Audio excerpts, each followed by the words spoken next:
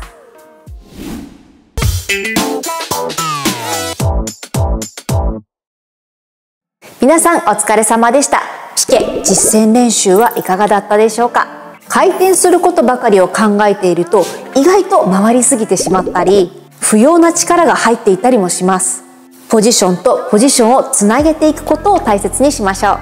それでは簡単に復習していきます。準備ポジションとターンの時のポジション、オープンパッセを覚える。足を床に刺して安定するように確認をします。半回転をしたら足を次の準備ポジションへ入れ替えましょう。進行方向に目線を定めて首を切ることでスピード感、安定感が増します。今回のターンのシリーズでは振り付けなどでよく使われるターン3つを挙げて紹介しています。鎖、チェーンという意味を持ち、1番のルルベの状態でターンをつなげていくシェネ。旋回という意味を持ち、その場で片足ターンをするピルエット。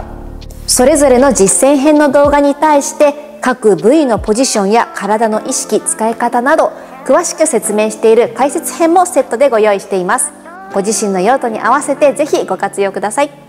また大前提としてジャズやバレエの基礎基盤となってくるプリエやルルベ、アームスなどこちらについても詳しく解説している動画すでに公開済みです。ターンの練習で基礎のところでつまずいてしまったらぜひ一度基礎の動画見返していただければなと思います。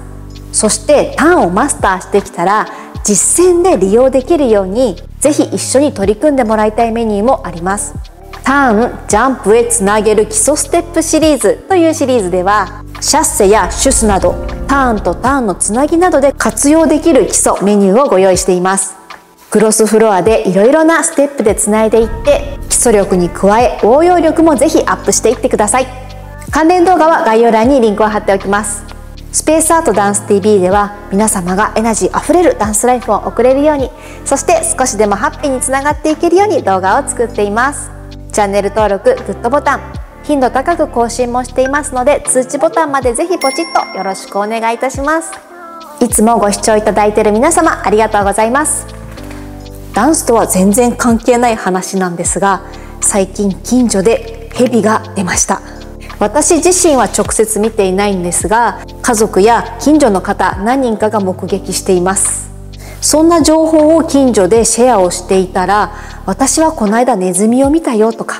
タヌキを見たよとかいろいろな動物が最近現れているようです。そんな私も一回ネズミがスーッと通り過ぎていくのを見てちょっとゾゾゾッとしてしまったんですけれども、各家庭で対策をしてやっとこの数日はそういう話を聞かなくなりました。そんなに山奥とかに住んでいるわけではないのですが、ちょっとこんな風になるとは思っていなかったので、ぜひ何か対策とか注意すべき点とかもし分かる方いたらぜひコメント欄で教えてください。それではまた次回の動画でお会いしましょう。